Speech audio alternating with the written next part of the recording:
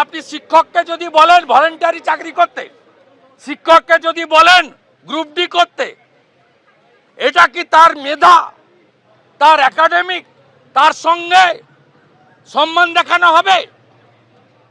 আপনি মুখ্যমন্ত্রী বলবেন যে আমি আজ থেকে সবাইকে সিভিক টিচার করে দিলাম, 10,000 টাকা করে দেব।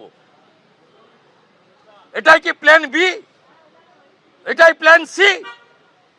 এটাই plan D? We want plan এ। যোগ্য তালিকা জমা দেন। আপনি মমতা ব্যানার্জি নিজে দাবি করেছেন বড় লয়ার, আপনি নিজে সুপ্রিম কোর্টে মুভ করুন, হাতে রাখুন যোগ্য তালিকা। আপনি তো পারেননি। নরেন্দ্র মোদীর সিবিআই ওএমআর উদ্ধার করে দিয়েছে হার্ড ডিস্ক গাজিয়াবাদ থেকে।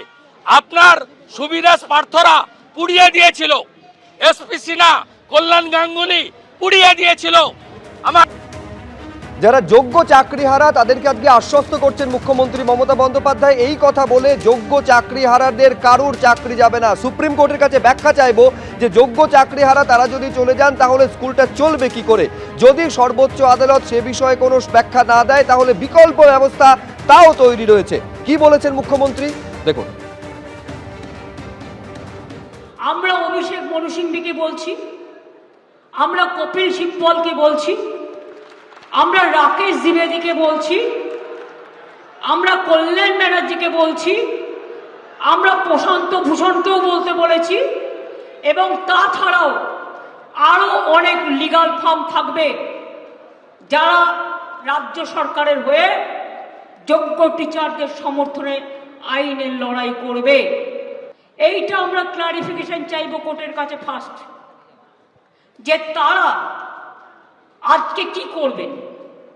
আপনারা যে বললেন নতুন করে পরীক্ষা নিয়ে লিস্ট করতে, আগে আমাদের জানতে হবে যে স্কুলের বাচ্চাগুলোকে তারা পড়াতেন, যারা স্কুলে যেতেন, যারা কাজ করতেন, যারা শিক্ষক শিক্ষিকারা আজও স্কুলে অনেকে যাচ্ছেন, তাদের জন্য আপনাদের কি ক্ল্যারিফিকেশন। ধরুন ক্ল্যারিফিকেশনে বলে দিল না চাকরি করা যাবে না যতক্ষণ পর্যন্ত ফ্রেশ অ্যাপয়েন্টমেন্ট হবে না। আমায় দুটো দিক ভেবে রাখতে হচ্ছে, কোনটা মাইনাস হতে পারে, কোনটা প্লাস হতে পারে। ইফ ইট ইজ মাইনাস, তাহলে আমরা কি করব?